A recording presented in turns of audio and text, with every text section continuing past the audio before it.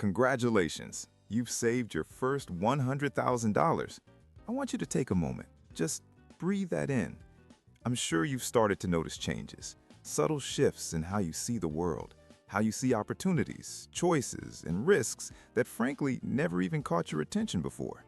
It's like a new color has been added to your perception of reality. Lean in for a second, because this is where the game quietly changes and almost no one notices it happening. Before hitting this mark, making more money or saving more money, it's just progress. The bills are paid, the immediate, sharp-edged stress is manageable, but nothing truly shifts. The fundamental architecture of your life remains the same. You're still on the same track, just moving a little faster. But after you cross that invisible yet profound threshold, your savings begin to unlock something far more valuable than just financial security. They begin to unlock choices. Real, tangible choices. You can suddenly direct your time with intention. You can explore opportunities that were once just daydreams. You gain a quiet, powerful leverage over the direction of your own life. This is the hidden system. Most people don't even realize these changes, these new levels of the game even exist. And it's not their fault. They've simply never been in a position to experience them. They're playing checkers while a game of chess is waiting just one room over. So let's see what really changes once you've saved your first $100,000.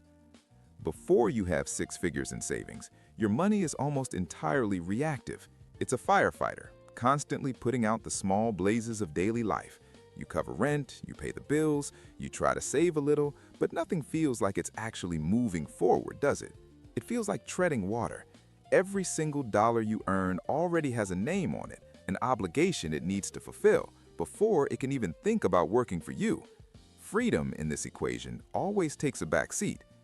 Let's make this concrete. Imagine you earn $5,000 a month, and after rent, utilities, food, transportation, all the non-negotiables, you spend $4,500. That leaves you with $500 to save. Now, saving $500 a month is a fantastic discipline. You should be proud of that. But let's follow the math. After an entire year, that's $6,000. After 5 years of unwavering consistency, you'd have $30,000. That's a solid emergency fund. It's stability. It's a buffer against disaster. But is it enough to create real choices, to truly change the game? Not quite. And here's the invisible cost, the opportunity cost. Think about what that $500 could have been doing. Imagine, just as a thought experiment, putting that $500 a month into Bitcoin starting back in 2016. That discipline, that same $500 could have grown into well over $100,000 by now. That was a missed opportunity, and it wasn't missed because of a lack of knowledge or foresight. It was missed because the $500 first had to go into a savings account to build that basic stability. It was obligated. It wasn't free to go out and seek opportunity. It's like you're pouring sand into a bucket with a hole in the bottom.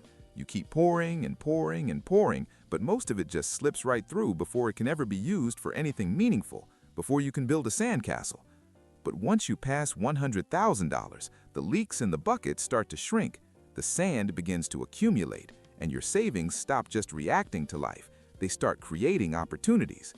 This is where the physics of your financial life begins to change, because how and when you save matters just as much as how much, maybe even more. Early, consistent deposits create an exponential, almost magical kind of freedom. Late, scattered deposits, they help, but they limit that potential. Let's look at the classic, powerful example of investing in the S&P 500, which historically has returned around 9% annually over the long term. Now imagine two people. Both save $500 a month. The first person, let's call her Sarah, starts at age 25. She saves consistently for just 10 years, and then at age 35, she stops. She doesn't add another penny to that investment for the rest of her life. The second person, let's call him Tom, starts later. He begins saving that same $500 a month at age 35, but he saves consistently for 30 years, all the way until he's 65. So who do you think has more money at age 65? Sarah, who saved for 10 years, or Tom, who saved for 30? By the time they both reach 65, Tom, who saved for 3 times as long, will have around $600,000 to $650,000, a fantastic sum. But Sarah, who only saved for 10 years but started a decade earlier, her portfolio will have grown to roughly $740,000 to $800,000. Let that sink in. She invested for 10 years and ended up with potentially $200,000 more than the person who invested for 30 years. That is not a typo. That is the raw, undeniable power of timing and leverage. Early action creates leverage. You get more freedom with less effort later on. Your money begins to do the heavy lifting for you. Your savings are like seeds.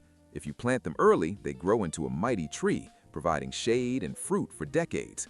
If you plant them late, they barely sprout. They spend their whole lives just trying to catch up. So what do you do with this leverage once you have it? Your first $100,000 doesn't just sit in a bank. That's not its purpose. It becomes a tool, a multi-purpose tool that gives you leverage over your time, your attention, and the opportunities that life presents to you. The real power here isn't the number on the screen. It's the ability to make decisions from a place of strategy, not from a place of desperation. Think about it. That conference across the country that could change your career. Before, the flight and hotel were a barrier.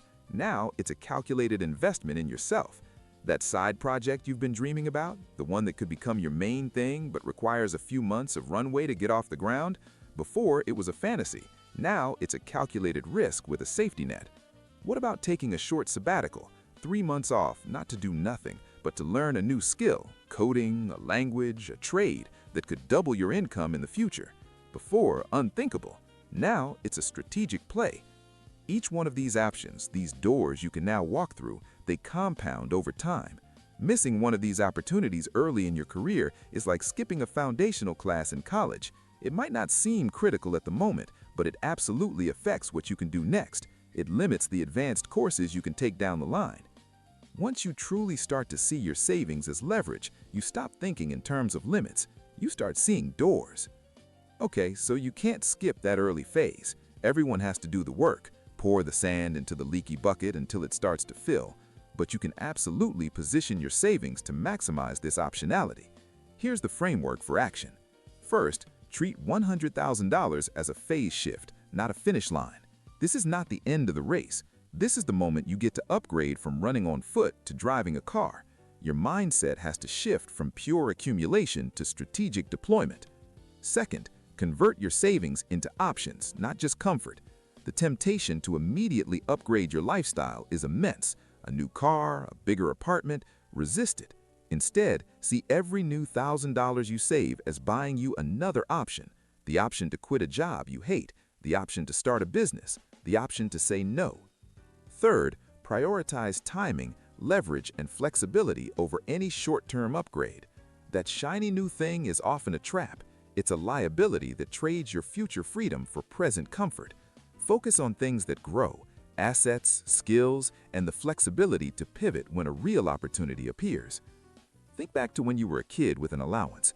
Instead of spending it all on candy, which is gone in an instant, imagine you bought a rare trading card. That card isn't just a piece of cardboard, it's an asset. It can grow in value. It can be traded for something better. It can open doors to new games and new friends.